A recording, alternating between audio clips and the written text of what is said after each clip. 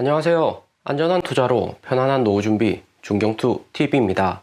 네, 9월 30일 목요일입니다. 쉽지 않았던 9월 드디어 마지막 날이고요. 10월부터는 항상 그래왔던 것처럼 코인 재반등을 기대해봅니다. 미국 부채 한도 협상 마지막 리스크만 해소되면 충분히 비트코인 7%, 8% 급등이 가능하고 이더리움도 10% 급등 가능한 시장이 코인입니다. 4만 달러 손절 라인 잘 지켜지고 있고 4만 달러 아래로 만약에 떨어진다면 일주일에서 10일 정도 예상되는 미국 부채 한도 협상 기간 종료 후에 빠르게 들어가서 거대 반등 먹어야 되는 타이밍 기다려야 되는 거죠. 비트코인 41,000달러 마이너스 2.15%, 이더리움 2,800달러 마이너스 2.43%, 에이다, 리플, 솔라나, 폴카닷 모두 다 마이너스고요. 미국 부채 한도 협상이 빠르게 해결되지 않고 소강 상태 유지하면서 비트코인 장중에 42,000달러까지 상승은 했지만 미국 새벽 시간에는 재하락을 했습니다. 중국 코인 거래 추가 제약으로 덱스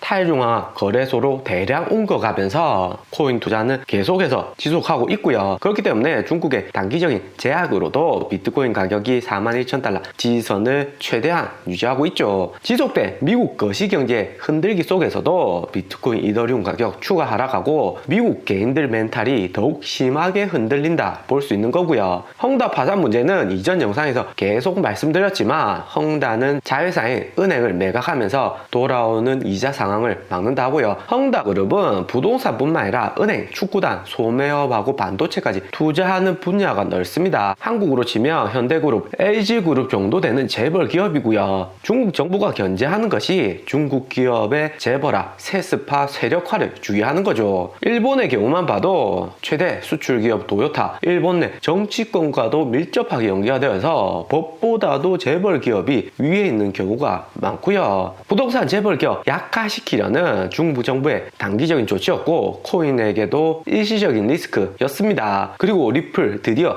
NFT 에코시스템 확대를 위해서 3천억 원을 리플로 거래 가능한 협력사에게 지원을 한다고 밝혔고요. 이 같은 뉴스에 리플이 반등을 왔고 거래량 증가는 했지만 미국발 부채 한도 협상으로 인한 하방 압력이 매우 강하기 때문에 크게 상승은 못하고 있는 거고요. 만약에 비트코인이 5만 달러 정도 선에서만 유지를 꾸준히 해줬어도 리플 30% 이상 급등하고 2,000원은 충분히 도달했을 듯 하고요. 우리 리플은 9월 22일 타오타오 거래소 재상장되면서 본격적인 손정희 소프트뱅크 자회사 소프트뱅크 파이낸셜이 SBI를 지원한다는 것을 알 수가 있었고요. 리플의 최대 지분 보유한 일본의 SBI가 중국 파이낸스 거래소로부터 타오타오 거래소 올해 인수를 하였고 타오타오 거래소는 비트코인, 이더리움, 라이트코인, 비트코인, 캐시 4개의 코인만 거래가 가능한데 여기에 리플이 새롭게 추가되었습니다. 일본은 거래 가능한 코인 개수가 몇 개 없고요. 거기에 이번에 3천억 투자해서 리플로 NFT 거래 가능한 에코 환경을 대폭 늘리겠다 이야기하는 거죠. NFT 거래를 리플도 추가로 하겠다는 거고 에이다를 보면 8월에 NFT 거래 가능한 알론조 업그레이드하고 가격이 2배 이상 상승했었죠. SBI의 적극적인 3천억 투자로 리플은 추가 상승 동력을 얻었다 볼 수 있고요. 상대적으로 기업 규모가 작은 여기 있는 스마트 컨트랙 가능한 코인들은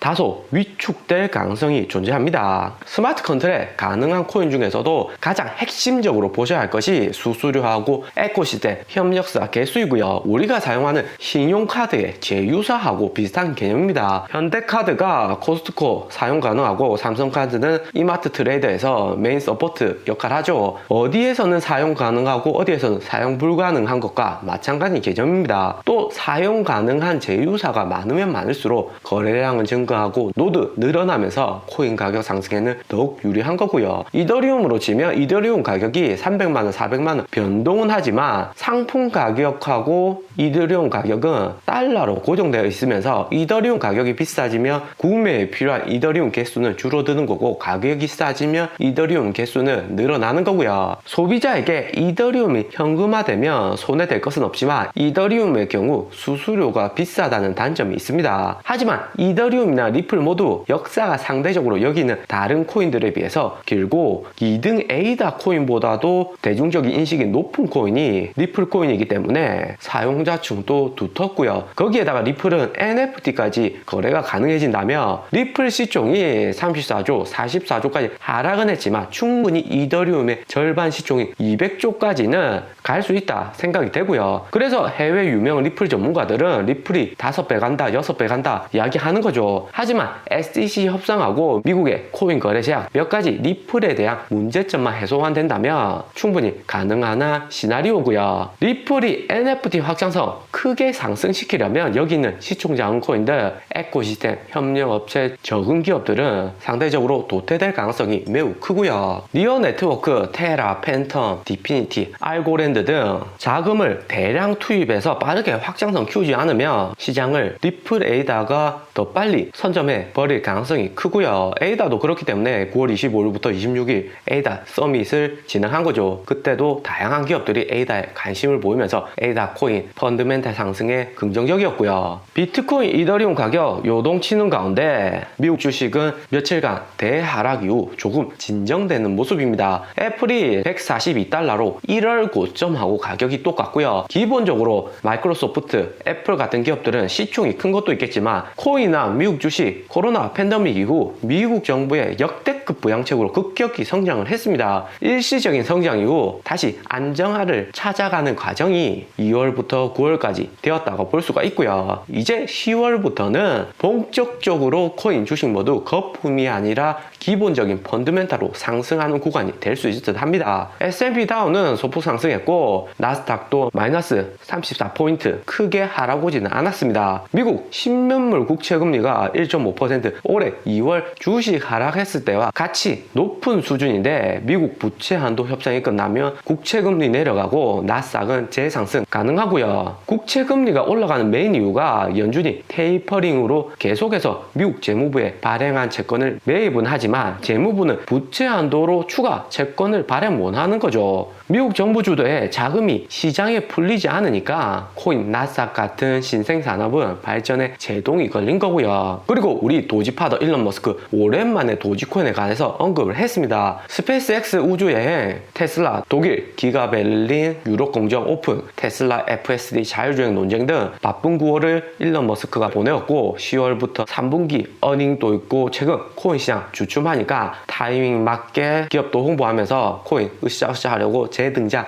했고요. 일론 머스크는 미국 정부가 코인을 제재할 수는 없다. 하지만 제재로 인해서 코인의 발전을 늦출 수는 있다고 얘기를 했고요. 유럽, 캐나다, 브라질, 중국 모두 다 CBDC 디지털 화폐하고 새로운 화폐혁명을 만들어가고 있는데 미국만 4차 산업의 핵심인 코인을 제약하고 있다는 거죠. 그리고 일론 머스크 오랜만에 코인 관해서 이야기를 했는데 일론 머스크 10월부터 코인이나 주식시장 좋게 흘러나갈 걸 알고 있기 때문에 이후로 추가적인 코인 언급 나올 가능성 매우 높습니다. 10월 들어서 다시 비트코인 5만 달러 상승하고 알트코인들 순환 상승으로 들어온다면 호재가 나오면 도지코인 추가 상승 가능하고요. 또 그리고 무엇보다 일론 머스크가 10월에 만약에 추가로 비트코인을 매수를 해준다면 비트코인 시장이 현재 매우 주춤한데 코인 시장 전체적인 흐름이 바뀔 가능성이 높습니다. 테슬라 10월 17일 3분기 어닝에서 어떤 것이 발표될지 정말 기대가 되고요. 그리고 이전부터 이야기 드렸던 스마트 컨트롤 가능한 코인이 아발란체 코인베이스 프로에 런칭이 되었습니다. 코인베이스 런칭되면 가격 급등하는 것은 다들 알고 계시죠? 최소 1.5배부터 3배, 4배까지도 시총에 따라서 상승이 가능하고요. 아발란체 코인도 스마트 컨트랙 수수료가 솔라나 다음으로 싸기 때문에 이전부터 제2의 솔라나 될 가능성이 높다고 말씀드렸습니다. 그리고 중국인들도 아발란체 투자가 많고요. 하지만 아발란체는 업비트에서 거래는 못하고 해외 거래소로 투자하기 때문에 한국 투자자들은 어쩔 수 없이 소고기 못 먹으니까 돼지고기, 코스모스나 폴카닷에 투자를 하고 있고요. 코인을 투자하실 때는 최근 같은 이런 변동성에 제가 공지도 드리곤 하지만 자신이 홀딩하는 코인하고 어떤 코인은 단타를 치는지 잘 알고 계셔야 됩니다. 비트코인, 이더리움, 리플, 도지코인, 에이다는 기본적으로 장기로 가져간다 그런 생각을 가지고 비중을 적절하게 투자를 하시고 가능하면 다른 계좌를 파셔가지고 장기간 홀딩할 수 있게 묵혀두시고요. 하지만 최근 발전하고 있는 아발란체, 코스모스, 루나, 솔라나, 알고란드, 폴카다 이런 코인들은 스마트 컨트랙이 현재 만들어지고 변동성도 이더리움, 비트코인, 리플에 비해서 매우 높기 때문에 스마트 컨트랙 가능한 코인 중에서 한두 가지 골라서 단기적으로 상승분 먹고 빠져나오겠다 생각을 하면 될 듯 하고요. 오늘의 영상은 여기까지입니다. 좀 더 디테일한 투자 정보가 필요하신 분들은 커뮤니티로도 자료가 공유되니까 멤버십 가입과 구독 부탁드립니다. 감사합니다.